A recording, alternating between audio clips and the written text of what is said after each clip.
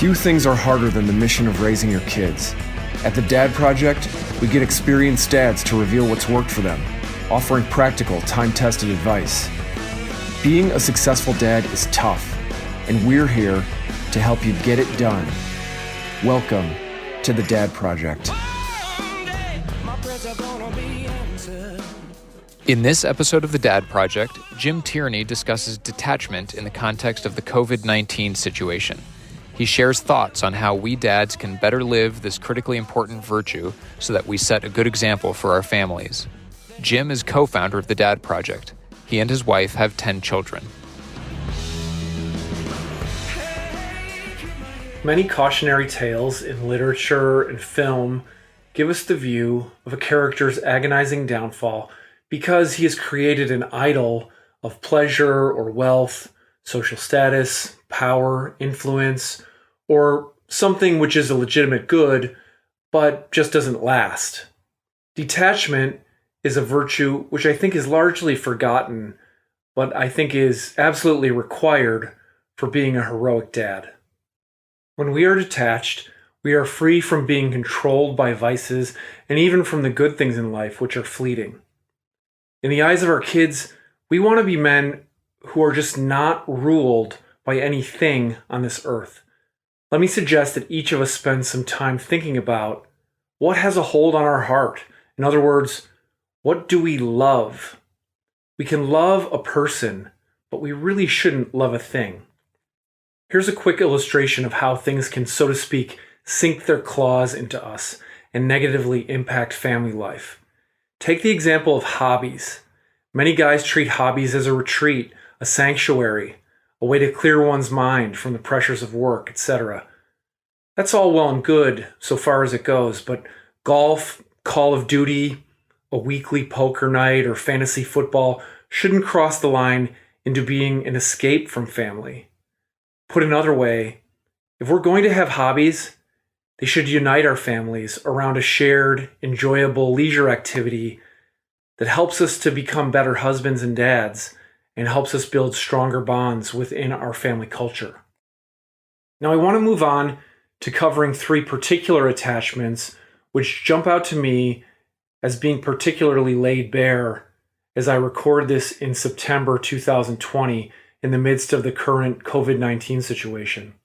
I think these are timeless watchouts, but I see them coming up for myself, and I've had numerous conversations with other dads recently which make it clear to me that these are very real for people right now. The first and most obvious attachment that we see all around us right now is that of health. But please understand me, I don't want to trivialize the real suffering and the death that a COVID-19 infection can create. I have fought cancer for 13 years. I've had a child hospitalized for 6 weeks. And like everyone, I've lost loved ones to painful illnesses. And at the same time, I think it's a true statement that health is an idol we worship broadly as a society and have for decades. We think that if we can only stay in good health, we will be truly happy. Maybe you have had colleagues, relatives, or friends who say it's all about staying healthy, or your health is the most important thing. Perhaps we ourselves, in congratulating friends on the arrival of a new baby, ask, "Are mom and the baby healthy?" And then when we get an affirmative response, we add the easy, the socially expected, and the euphemistic closure, "Well, good, that's all that matters." When we really think about it, maybe we realize that we've made a bit of an overstatement there. But if we say it often enough, do we start to forget that what really matters is not that the baby is healthy, but that the baby is loved, no matter what the health or developmental issues that child might suffer from? What we should really hope for any child is that he or she would come to know true and transcendent love. For ourselves, do we start to become attached to some arbitrary number of years of life, a life free of pain or discomfort or even just inconvenience? Maybe it's even an undue annoyance over the fact that COVID-19 is encroaching on my workout schedule at the gym. Dads, let's reflect on the question of whether we are attached to health to an undue degree.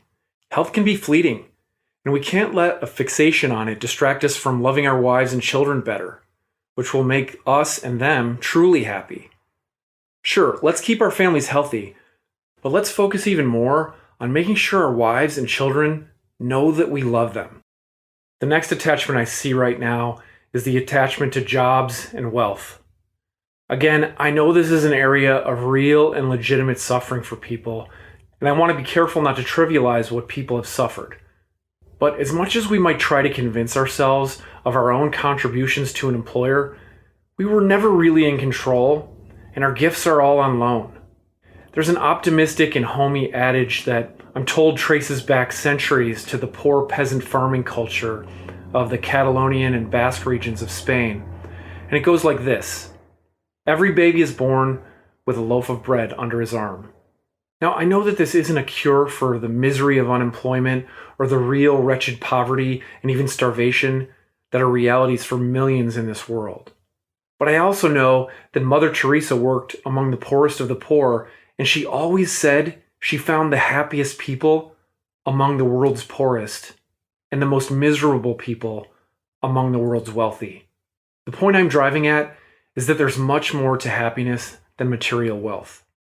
And so for those of us who have lost jobs during the COVID-19 lockdown, and for those of us who care about them, maybe we should all ask how this period of suffering can draw us closer together, to deepen our gratitude for the things we do have, to focus on the great blessings of family, and to give children an example of how a strong dad does not despair in the face of great adversity.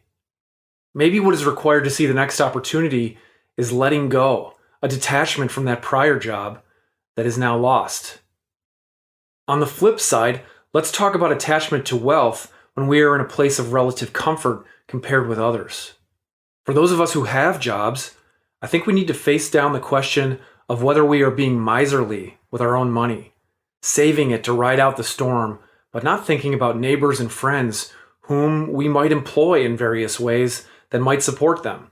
A great number of virtuous people of means helped to sustain artisans and tradesmen during the Great Depression of the 20th century in America and other economic crises by putting them to work.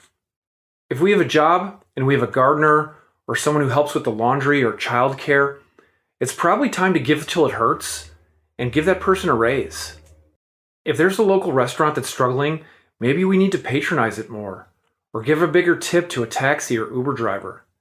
Chances are, if we still have a job, it's not because we made a brilliant prediction of the industries that could ride out a global pandemic. It's more likely that we just got lucky.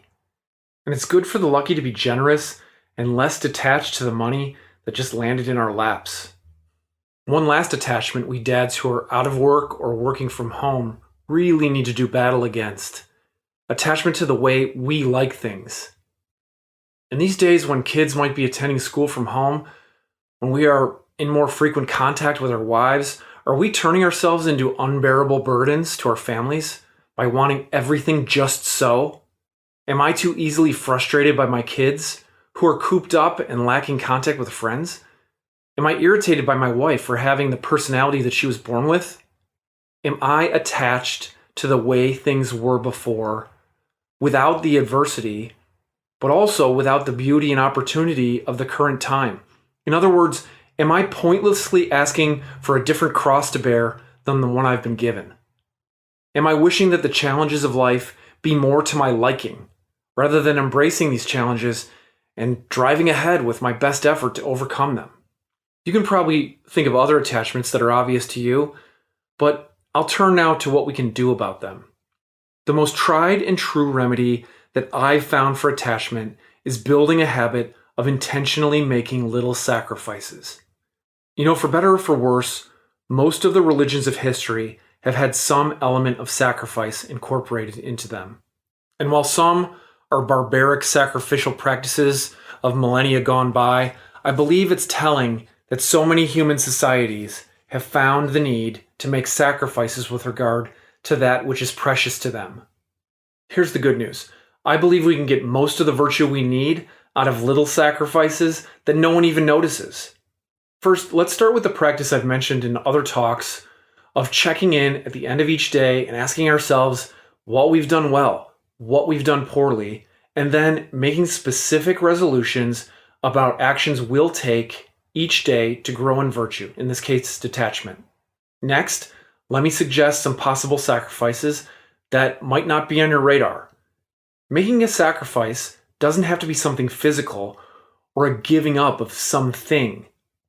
We can give up being sullen, or assuming the worst of our wife's intentions, or being picky about chores, or having a sour resting face.